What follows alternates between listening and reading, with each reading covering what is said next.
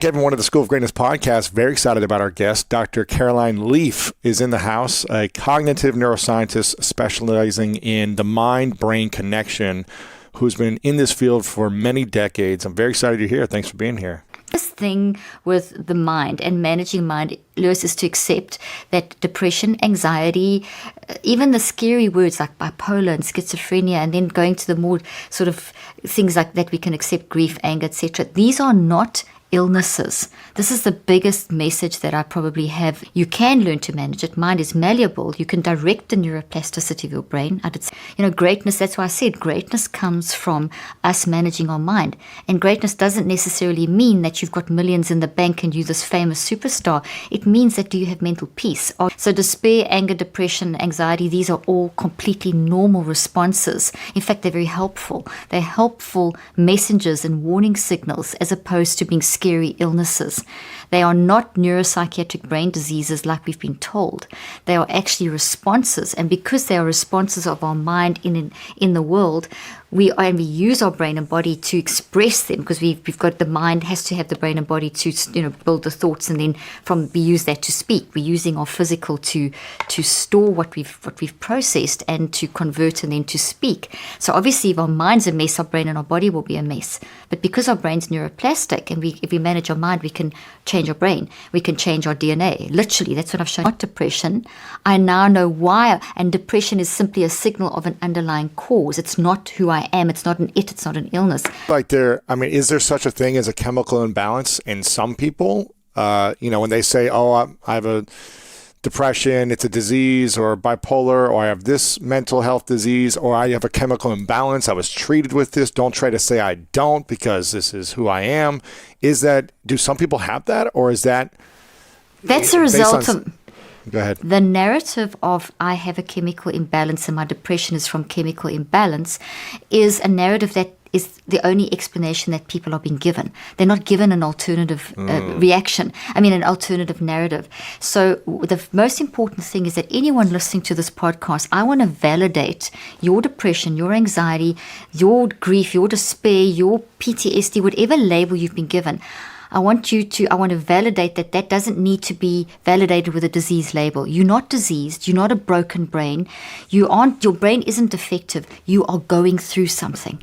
So you aren't something. You aren't that. You are going through something. You're experiencing something. You're experiencing something, and you've coped in the only way that you could cope in that moment. So it created this adverse response because it was an adverse situation, and you were just trying to cope. So what we have to do is go through a process of embracing and processing and reconceptualizing.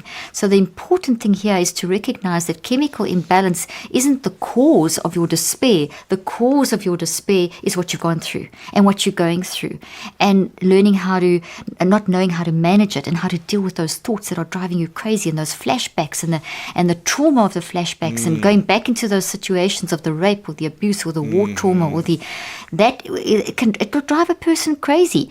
And that's not crazy in the sense of illness. It's crazy in the sense of your mind is like this erratic tidal wave around you, and it's going through your brain, and you've got these and your immune system and everything screaming out to you and saying, hey, let's fix this. So a disease label invalidates it. And for a moment, it might be nice to know, okay, well, there's a label to how I feel, because it kind of gives us feels like we've got a bit of control.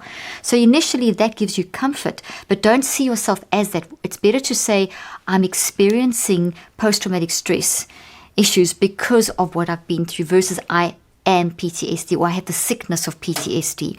Right. It's better to say, I'm experiencing symptoms of bipolar, these intense swings because of my whole story, than saying I have bipolar, I have a chemical imbalance. Just researchers coming out the other day showed that we've got to stop saying this. The top psychiatrists that lead this field will tell you we've got to stop saying this, that there's no ways that serotonin imbalance, you can't even measure that. There's no genes or serotonin imbalance causing it. It's what you've experienced that's the cause. And then that moves through your brain and your body. So obviously your brain and your body respond. So we will see changes in the brain and the body. We will see neurochemical chaos, not necessarily serotonin imbalance. That's just one. Sometimes it's dopamine, and if dopamine's down, serotonin's off, and then anandamide's off, and then I can give you a list of big chemical terms, and that's going to change every function in the structure of your brain and your DNA. And it was life and managing your mind doesn't mean that it's going to be one big rosy, put on rose-tinted glasses. That's crazy. It is actually the ability to be okay and at peace with having moments of depression and actually looking for the message and seeing them as helpful. We have this really weird philosophy, which has been about 40 years in the West now, where we look at depression and anxiety and those kind of things as illnesses and neuropsychiatric brain diseases and as bad symptoms that we must suppress, like cancer symptoms you must suppress. So it's been lumped, or misery of life has been medicalized, to quote a brilliant psychiatrist, Joanna Moncrief. So we've got to really watch out for that. But actually, the real truth is that those depression and anxiety are not illnesses.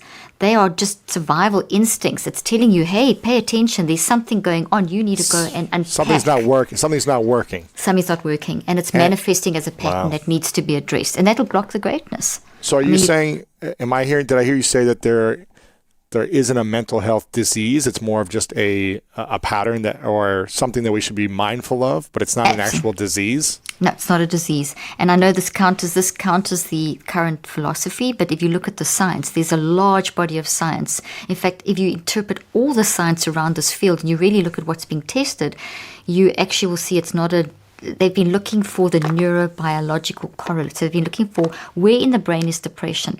And for years we've been told about the serotonin imbalance causing depression. I mean, that's not even, it was a theory, never proven, great for marketing, for selling drugs, and also a simplistic way of telling someone, hey, you're depressed, don't worry, it's chemical imbalance, let me give you a drug to fix it. We want this quick fix mentality. So as medicine has advanced and technology has advanced, so we've become very caught up in the quick fix. But life's not like that. Mind is not like that. Mind is separate from brain and body. You can apply that kind of thinking, not quick fix, but you can apply a symptomatic diagnosis treatment approach to body, to physical brain and body. But when it comes to mind, that there's this gravitational field, this force, this think, feel, choose thing. It's not going to go, a medication is not going to change how you're thinking, feeling, and choosing. It's not going to get rid of this. It's just going to numb your brain. So maybe you don't feel this while it's working. Wow. But at the same time as then when that drug wears off, this is still there. This is still being recognized by the immune system of your brain as a problem. So this is increasing your the longer it's there, the more you increase your vulnerability to disease. Oh my gosh. And this is what gets you stuck. And these are the patterns. So no, it's not an illness. It is a normal human response. Pandemic, we all know that everyone's going on about the next pandemic is mental health. Mental health has always been an issue. Notice from the beginning of time, mankind has battled with life, with issues, with death, with fighting, with war, with whatever. It doesn't matter. What matters is the symptoms. Let's just look for the symptoms. Checklist, diagnose, label. When you label someone, you chop up to 10 years more of their life. It's like it's adding on. They've shown studies of people with a mental health diagnosis have chopped their 20 years off, up to 20 years off their lifespan. People on psychotropic drugs, because of all the complications and the changes in the brain and the body, chopping up to 25 years of their life. I mean, we've got to shift our narrative completely, and we've got to stop saying that mental illness is on the rise and that there's 1 in 4 people on antidepressants or depressed. 100% of people are depressed and anxious and concerned about this COVID pandemic. 100% of people in the world at some point in their life have and will be anxious and depressed and in grief and sadness and terror and despair and one of the others. A large percentage of the population, and I'm not sure the exact percentage because no one's really done this kind of research, but estimates it's probably 30-40% of people will have extreme trauma from abuse, war trauma, that kind of stuff, where they'll go down the continuum to sort of the minus 9, 10, 8, 9, 10, if you look at a continuum of 0 to 10, 0 to minus 10. And have things like psychotic breaks and hearing voices and extreme states of distress, mental distress, which are still not diseases.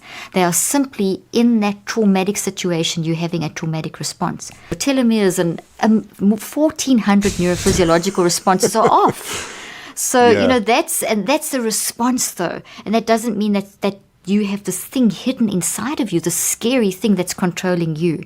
And that invalidates. If someone comes back from war, or someone's had a sexual trauma, to tell them that the depression or anxiety they're feeling is an illness is an insult to what they've gone through. But if I say to you, gosh, that's terrible, tell me about it, I want to hear your story. I want to support you. Your depression and anxiety that you're feeling is a signal that there's stuff going on. There's an origin story. There's a source. So can I listen? Can I help? Can I support you in trying to recognize the signals and go through the process to find the origin story and then to reconceptualize it? And that takes time. In terms of globally, the narrative of mental health, we just have to stop telling people that they are brain damaged when they are just being normal humans. So let's say that you're feeling a high state of anxiety, that could be, or depression. Now, depression and anxiety are not they're not illnesses. To say you have clinical depression or clinical anxiety is one of the most unscientific statements of our age, and has created a huge problem where people are now battling way more with mental health, not because mental health is on the rise, but because the mismanagement of mental health is on the rise. We're not allowing people to talk about the story in the forest. We're just saying, oh, signal of depression, 5 symptoms: you can't sleep, you can't get out of bed, you're feeling whatever, suicidal, blah, blah, blah. Okay, diagnosis, label, treatment is mainly medication. At the current stage, it's the gold standard. Some therapy if you're lucky. Okay, and that very often the therapy is putting a band-aid on the wound because they don't deal with the whole origin story. That's terrible. When I used to still practice, we would have people battling with schizophrenia, which is not a disease. It is a broken mind. It is someone who's gone through so much trauma that they're disassociating, their mind's disassociated. It's a symptom of an underlying trauma. And very often they can get multiple personalities because it's coping. It's pure survival. What Caroline is saying is that neuroplasticity is real, that mind can change matter, that literally that these thoughts, if you change them, change the protein structures in your brain, change the matter of your brain. So this is powerful to know that we can physically change our brain by using our mind. And this distinction between the mind and the brain is also a breakthrough way of listening to it or seeing it for me, as I'm sure it is for everybody else. Just those things alone, just those 2 things alone have made our time already incredibly invaluable for me and anybody listening.